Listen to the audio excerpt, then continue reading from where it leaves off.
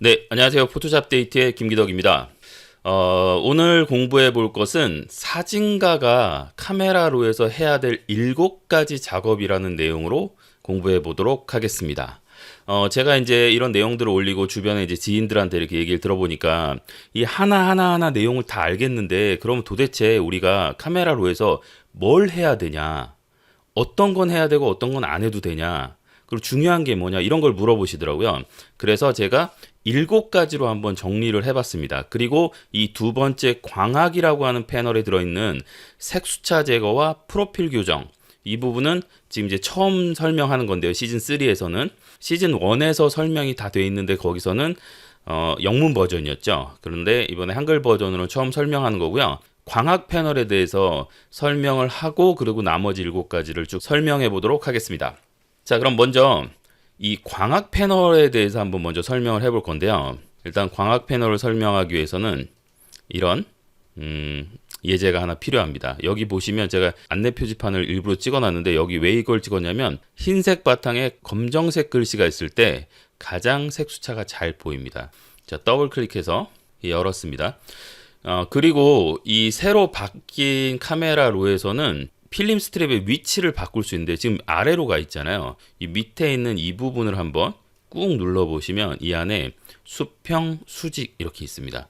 가로 사진일 때는 수평이 편한데요. 세로 사진일 때는 수직으로 하시는 게 이 화면을 더 크게 쓸 수 있어요. 그래서 이렇게 선택적으로 할 수 있게끔 이런 기능을 넣어둔 거죠. 수평으로도 쓸 수 있고 꾹 눌러서 수직으로도 쓸 수 있고, 그리고 여기 보시면 또 이런 기능도 있죠. 파일 이름 표시 하면 여기에 이름을 표시해 주는 거죠. 그리고 그 밑에 보면 평가 앤 색상 라벨 표시하면 여기에 별표 붙은 거라든지 이런 것들을 표시할 수가 있습니다. 필요 없고 좀 크게 보고 싶다 그러면 이 두 개를 다 빼시는 게 썸네일이 조금이라도 더 크게 보이거든요. 이런 기능도 있으니까 알아두시면 편리할 것 같습니다. 자, 그럼 이제 광학이라고 하는 패널에 한번 들어가 볼 건데, 광학 패널에 보면 프로필이 있고 수동이 있습니다. 일단 프로필이라는 건 뭐냐면 어도비에서 미리 다 맞춰 놓은 거예요. 그래서 프로파일을 만들어 놓은 거죠. 여기 보시면 색수차 제거와 프로필 교정이 있는데요. 색수차 제거 버튼을 누르기 전에 확대를 한번 해보겠습니다. 지금 이렇게 돋보기 상태에서 클릭한 상태에서 오른쪽으로 움직이시면 이렇게 확대가 돼요. 그래서 최대한 확대를 해서 보시면 여기 이렇게 색수차가 발생한 거 보이시죠? 색수차라고 하는 거는 렌즈의 이상 증상인데요. 쉽게 얘기하면 렌즈도 유리이기 때문에 이게 프리즘 현상이 생기는 거죠. 우리 어렸을 때 삼각 프리즘에 빛을 통과시키면 빨주노초 파남보 이렇게 분광이 되잖아요. 원래 이게 분광이 되면 안 되는데 분광이 되는 거죠. 그래서 이런 빨주노초 파남보로 이렇게 스펙트럼 현상이 생기지 않도록 하기 위해서 우리가 좋은 렌즈들을 쓰는 겁니다. 그래서 캐논에선 L 렌즈, 니콘에선 ED 렌즈, N 렌즈, 다른 메이커들에서 아포 이런 것들을 쓰는 이유가 이런 색수차를 제거해주는 기능들이 있는 렌즈가 그 안에 포함되어 있거든요. 근데 좀 저렴한 렌즈들을 쓰면 이렇게 색수차가 많이 발생합니다. 그리고 흰색의 검정 바탕이나 아니면 역광 상태일 때 그 인물이든 어떤 물체의 경계 부분 이런 색수차가 발생합니다. 확인을 쉽게 하기 위해서 이 사진을 찍었는데요. 여기만 발생하는 게 아니라 위로 이렇게 올라가 보시면 자, 여기도 지금 보이시죠? 이미지 전체에 다 있는 겁니다, 사실. 근데 이런 부분에서는 발견하기가 쉽지가 않아요. 잘 안 보입니다. 그래서 내 렌즈에 색수차가 얼마나 발생하는지를 확인하고 싶으시면 흰색 바탕에 검정색 글씨나 아니면 역광 상태를 찍어 보시면 알 수가 있어요. 자, 제거하는 방법은 아주 간단합니다. 그냥 색수차 제거 누르시면 돼요. 그리고 밑에 언저리 제거라고 되어 있는데 이 언저리 제거는 참 번역이 언짢습니다, 진짜. 이것도 색수차 제거거든요. 그래서 이 색수차, 크로마틱 아버레이션, 그리고 디프린지라는 용어를 쓰는데 결국 그것도 색수차에 의해서 생기는 현상이거든요. 그래서 그걸 언저리라고 번역하는 게 조금 이상하긴 한데 하여튼 이 언저리 제거 부분을 열어보시면 여기 이렇게 스포이드를 이용해서 찍으라고 되어 있잖아요. 근데 생각보다 쉽지 않습니다, 이게. 그리고 잘못 만지게 되면 엉뚱한 부분에 컬러가 다 빠지는 현상이 생길 수 있어요. 그래서 저는 이 언저리 제거보다는 색수차 제거를 사용하시라고 꼭 권하고 싶고요. 그리고 내가 찍은 사진에 색수차가 있는지 없는지 잘 모르겠어요. 그럼 그냥 하시면 됩니다. 그렇게 하시면 있으면 제거를 해주고요. 없으면 별 영향을 주지 않습니다. 그러니까 무조건 그냥 체크한다고 생각하시면 될 것 같아요. 그리고 그 밑에 있는 프로필 교정이라고 하는 거는 여기도 옆에 이렇게 뭔가 달려있죠. 그러니까 이번 2020년 6월 업그레이드 버전부터 이렇게 패널들을 열어보시면 이렇게 접혀 있는 부분들이 많아요. 열어보면 여기 이렇게 여러 가지가 있거든요. 이렇게 기능들을 접어놨어요. 이 길이를 좀 줄이기 위해서 이렇게 접고. 그래서 보면 기능이 어디 갔지? 근데 열어보면 그 안에 들어있는 경우가 많거든요. 그래서 이런 표시가 있으면 꼭 이렇게 열어보시기 바랍니다. 자, 이 프로필 교정이라고 하는 거는 렌즈가 가지고 있는 왜곡, 이런 것들이 다 렌즈의 이상현상들인데, 이런 이상현상들을 해결하는 방법들이 뭐 여러 가지가 있겠죠. 근데 프로그램적으로 해결하기 위해서 넣어놓은 겁니다. 그래서 여기서 프로필 교정이라고 하는 건 렌즈마다의 여러 가지 왜곡들을, 뭐 망원 렌즈가 갖고 있는 실타래 모양의 왜곡이라든지 광각 렌즈가 갖고 있는 술통 모양 왜곡, 그리고 내 귀퉁이에 생기는 비네팅 같은 거를 제거하는 기능이 있습니다. 한번 써보도록 하겠습니다. 프로필 교정 사용을 체크를 하시면 가운데가 약간 볼록했었는데 그 볼록한 게 안으로 이렇게 쏙 들어가는 느낌, 요 부분이 약간 볼록했었는데 쑥 들어가고 이 내 귀퉁이가 조금 밝아진 거 보이시나요? 다시 한번 보여드릴게요.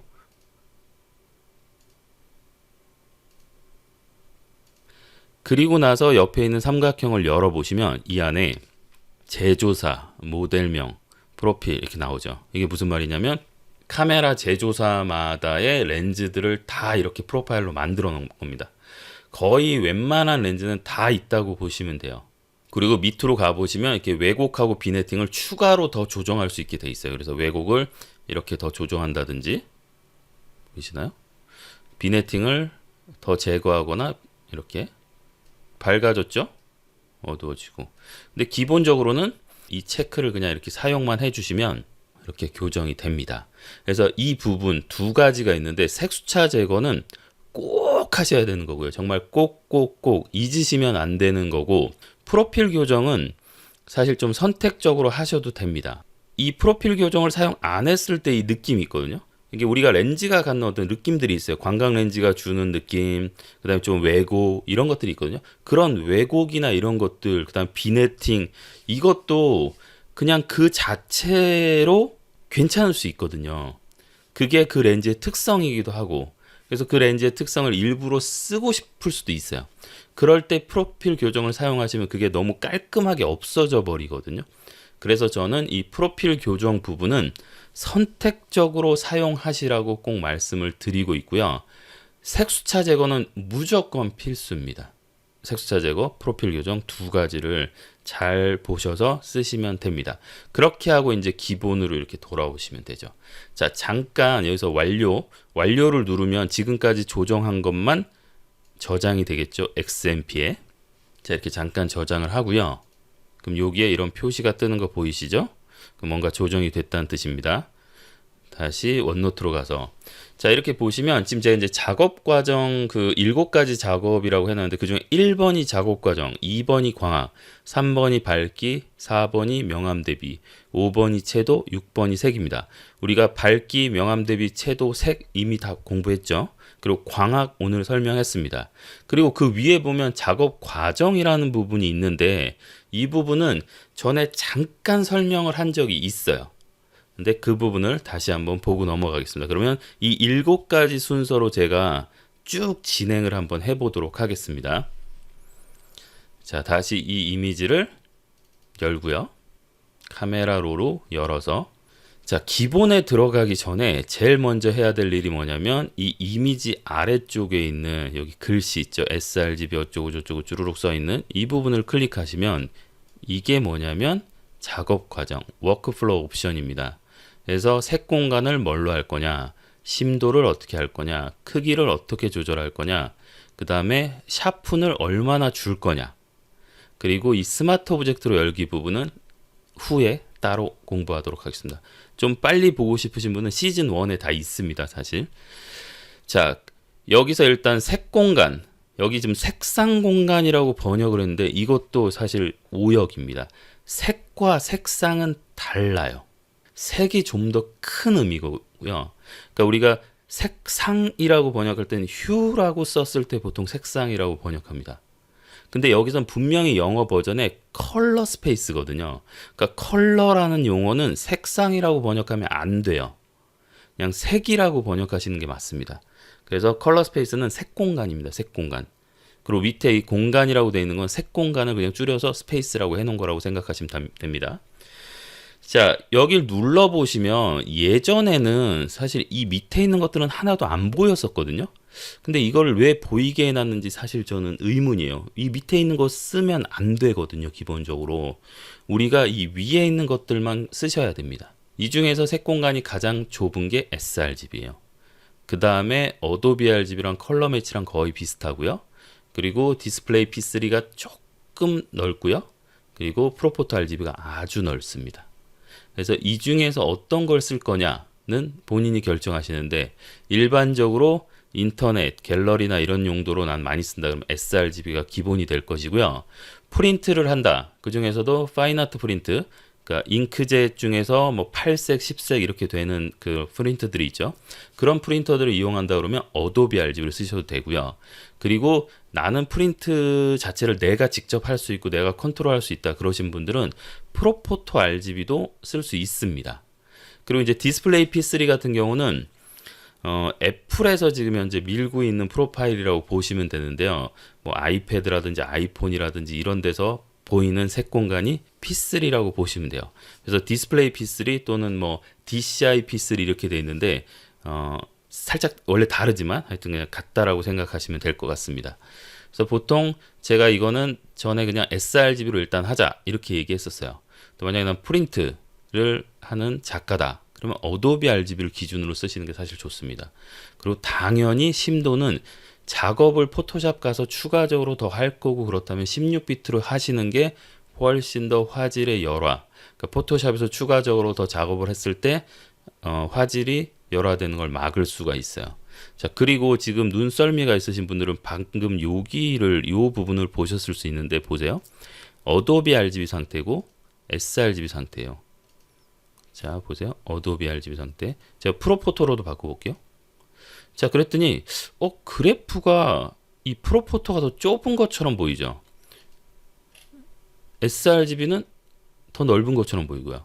근데 이거는 반대입니다. 무슨 얘기냐면 지금 이 칸이 늘어나질 못하잖아요. 그리고 sRGB는 보시면 그래프가 여기 이렇게 벽에 가서 붙었죠. 그게 무슨 얘기냐면 이 부분, 이게 이제 어두운 쪽인데 0인데 이 부분이 붙었다는 얘기, 여기가 묻혔다는 얘기입니다. 근데 이거를 프로파일을 프로포토로 바꾸면 안으로 들어오죠. 그 얘기는 무슨 얘기냐면 칸을 늘리지 못하니까 그래프가 안으로 들어온 거예요. 그러니까 실제로는 이만큼 더 커졌다라고 생각하면 됩니다. 공간 자체가. 그래서 이거는 반대로 읽으셔야 돼요. sRGB가 더 크고 어도비 RGB 프로포토가 작네가 아니라 이렇게 안으로 들어왔다는 얘기는 프로포토가 공간이 훨씬 더 넓다는 소리입니다. 일단 어도비로 해놓고요. 자, 잠깐 자료를 한번 보여드리겠습니다. 자, 지금 보시면 첫 번째 게 sRGB고요. 요 삼각형, 요게 공간이에요. 이게 이제 전체 우리 가시광선이라고 한다면 이만큼 있는 거죠. 어도비 RGB 보시면 여기 초록색 부분이 훨씬 더 넓어졌죠. 근데 프로포토는 보시면 넘어갔어요. 그래서 초록색도 그렇고 붉은색도 거의 끝에까지 갔고 파란색도 넘어갔습니다. 그만큼 색 공간이 넓은 애가 프로포토 RGB예요. 그리고 아까 제가 얘기했던 디스플레이 P3는 어도비 RGB랑 거의 유사합니다. 자, 다시. 자, 그래서 지금 나는 프린트를 주 목적으로 하시는 분은 어도비 RGB, 그 다음에 인터넷이 나의 주 목적이다 하시는 분은 sRGB, 그리고 나는 직접 프린트를 하고 내가 CMS에 대한 공부도 좀 했고 프린트에 대한 여러 가지 지식이 있다 하시는 분들은 프로포토로 하셔도 됩니다. 네, 지금 일단 이번에는 어도비로 한번 해보도록 하겠습니다. 그리고 16비트.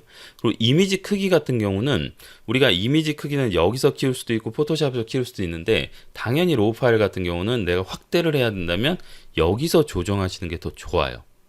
그리고 조정을 안 할 거다, 사이즈를 더 키우진 않을 거다 그러면 아예 조정을 안 하시는 게 좋습니다. 나중에 줄이는 것들은 포토샵에 가셔도 하셔도 되니까요. 그리고 출력 선명하게 하기는 샤픈을 주는 건데 이 패널 중에도 샤픈 주는 부분이 있거든요. 근데 그거 말고 그냥 여기서 이렇게 화면, 광택 용지, 무광택 용지의 양을 저, 표준, 고 이렇게 줄 수가 있어요. 그래서 무광택 용지의 고가 제일 높은 겁니다. 그리고 화면의 저가 제일 낮은 거예요. 근데 저는 보통 화면의 표준 정도를 줍니다. 이렇게 주면 아주 조금의 언샷 마스크 기준으로 얘기하면 뭐 50에 0.5 정도도 안 될 거예요. 그 정도의 샤픈을 살짝 주는 거라고 생각하시면 되겠습니다. 이렇게 하고 확인 눌러보시면 이 밑에 이제 이렇게 써 있죠. 그래서 이 부분을 꼭 확인하셔야 돼요. 내가 평상시에 sRGB로 쓴다, 어도비 RGB로 쓴다 그러면 여기를 한번 읽어보셔야 됩니다. 어도비 RGB 16비트, 사이즈는 내가 찍은 거 그대로, 여기 그리고 지금 180 픽셀 퍼 인치라고 되어 있는데요. 이 부분은 아무 상관이 없어요. 나중에 포토샵에서 실제 픽셀 개수가 바뀌는 게 아니거든요. 제가 이거를 뭐 360으로 한번 해볼게요. 이렇게 한다고 해서 앞에 있는 이 숫자가 바뀌는 게 아닙니다. 그냥 나중에 포토샵에서 표시될 때 360 기준으로 표시가 되는 거고 240으로 해놓으면 240 기준으로 표시가 될 뿐이지 실제 픽셀 개수가 바뀌는 게 아니에요. 그러니까 이 부분은 신경 안 쓰셔도 되고 실제 키우거나 줄일 때는 여기를 조정하셔야 돼요. 크기 조정하기 눌러서 긴 쪽을 기준으로 5000 픽셀로 맞춰라. 이렇게 하면 용량이 커지는 거죠. 지금 이렇게요. 만약 이걸 6000으로 맞춰라. 이렇게 하면 용량이 지금 24메가가 됐잖아요. 여기를 건드려야 사이즈가 커집니다. 여기는 뭘로 놓으셔도 사이즈가 커지거나 그러지 않아요. 그러니까 이 부분은 신경 안 쓰셔도 되고, 내가 주로 출력 해상도를 360으로 쓰신다면 360으로, 내가 출력 해상도를 270으로 쓰신다면 270으로, 내가 출력 해상도를 기본적으로 180으로 쓰신다면 180으로 이렇게 해두시면 될 것 같아요. 뭐 300이다 그러면 300 이렇게 하셔도 되고요. 보통 프린트 기본 값이 300이니까 이렇게 보셔도 됩니다. 자, 그러면 이제 첫 번째 게 된 거예요. 그 다음에 두 번째 뭐 하라고 했냐면, 기본 들어가기 전에 광학에 가서 이거 먼저 체크하고 오라고 했습니다. 그리고 이건 선택이라고 했죠. 해도 되고 안 해도 되고. 이번엔 한번 해볼게요, 저는요. 자, 그리고 잘 보시면 뭔가 조정을 하고 나면 여기 표시되는 거 보이시나요? 그리고 이걸 꾹 누르시면 기능이 죽습니다. 다시 놓으면 원위치가 되죠. 그래서 전후를 비교해 볼 때 이걸 누르셔도 됩니다. 눈 표시를. 그리고 이제 기본 가서 우리 밝기, 전체적인 밝기 조정, 그 다음에 대비, 그리고 뭐 명료도나 이런 거, 활기, 이런 것들 조정할 수 있다고 했죠. 그리고 전체적인 색온도 좀 하늘을 더 파랗게 하기 위해서 차갑게 갈 거예요. 자, 이런 식의 조정이 가능하다고 했죠. 그래서 이런 조정들이 다 끝나고 나면 열기를 하던가 아니면 저장을 해야 되는데, 제가 저장 버튼 여기 없습니다. 이제는 저장 버튼 여기 있고요, 위에. 그리고 이쪽 썸네일이 갖다 대면 있습니다. 일단 열기를 해보면, 열기, 그럼 포토샵으로 열리겠죠. 그래서 이건 열기만 한 거기 때문에 파일로 아직 저장된 상태가 아니에요. 그러니까 내가 저장을 해주셔야 됩니다. 파일에 다른 이름으로 저장, 그리고 여기에다가 자 PSD 파일로 넌더바 W1 이렇게 해서 저장, 이렇게 해주시면 되겠죠. 또는 저장을 여기서 할 수도 있겠죠. 그리고 또 여기도 있습니다. 여기서 할 수도 있어요. 이게 눌러서, 자 여기 보시면 이제 뭐 되게 복잡해 보여요, 저장 옵션이. 근데 읽어보시면 간단합니다. 같은 위치에다 저장할 거고, 로우 파일이 있는 같은 위치를 얘기하는 거죠. 그리고 문서의 이름은 일단 그냥 문서 이름 그대로, 그리고 확장자는 PSD. 자, 근데 문서 이름 뒤에다가 제가 했던 것처럼 이 뒤에 원래 문서 이름 플러스 언더바 W1 이렇게 하면 이렇게 만들어지겠죠. 근데 지금 W1은 이미 있으니까 W2라고 해볼게요. 자, 그리고 이걸 이렇게 확장자를 정하고 나면 이 밑에는 세부 항목이 나옵니다. 그래서 여기 PSD로 하면 포토샵이라고 나오고, JPG라고 하면 여기 JPG에 대한 옵션이 나오죠. 그래서 우리는 포토샵이니까 PSD 이렇게 하시면 됩니다. 그리고 여기 보시면 소문자고 대문자가 있는데요. 그냥 지금은 별 차이 없다고 보시면 됩니다. 저는 그냥 대문자로 쓰는 걸 좋아해요. 그래서 저는 대문자를 좀 선호하는 편이고요. 그리고 여기 워크플로우 옵션에서 분명히 우리가 조정을 했는데, 예전에는 이 적용이 여기로 그냥 바로 됐었거든요. 근데 굳이 여기다가 한 번 더하게 해놨더라고요. 그래서 색 공간은 우리 어도비 RGB 쓰기로 했으니까 어도비 RGB, 심도는 16비트 이렇게 했어요. 그리고 크기는 조정 안 할 거고 해상도는 360 기준으로 해볼게요. 자, 이게 사이즈가 바뀌는 건 아니라고 했습니다. 그리고 선명 효과는 화면의 표준. 이렇게 하고 저장 버튼을 눌러주면 자, 벌써 여기 뱅글뱅글 돌아가서 없어졌죠? 그리고 이러고 나서는 취소를 하는 게 아니라 완료를 누르고 나오시면 됩니다. 브릿지에 가보면 같은 위치에 지금 여기 이렇게 들어가 있죠. 자, 지금 보시면 이게 수동 정렬로 돼 있어서 그런데 여기를 눌러서 파일 이름 기준으로 바꾸시면 이렇게 옆으로 바로 뜨겠죠. 그래서 CR2 이게 첫 번째, 두 번째. 사실 같죠. 여기서 조정하고 그냥 포토샵으로 한번 열어서 저장한 거고 바로 저장한 거고 그 차이밖에 없습니다. 자, 다시 정리를 해보면 오늘 한 내용은 새로운 얘기는 광학 패널에 대한 얘기를 조금 했었고요. 그리고 작업 과정의 세부적인 내용들을 조금 더 설명했습니다. 그리고 나머지는 다 했던 얘기이기 때문에 공부하시면 되고요. 그대로.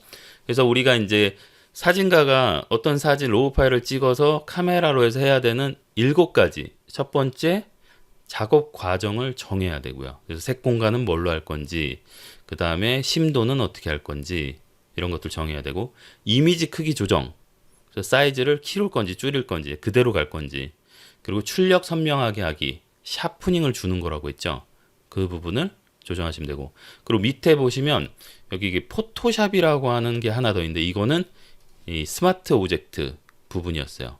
이 부분은 나중에 설명드리도록 하겠습니다. 그리고 광학, 밝기, 명암 대비, 채도, 색. 그리고 이제 포토샵으로 열기 후에 저장하거나 또는 파일로 바로 저장하거나 둘 중에 하나를 할 수가 있겠죠. 자, 이렇게까지 하시면 로우에서 할 수 있는 기본적인 것들은 다 하신 겁니다. 그리고 나머지 패널들에 대한 거는 다 부수적인 거라고 생각하시면 돼요. 그래서 그 부수적인 것들은 계속 영상을 만들어서 또 올리도록 하겠습니다.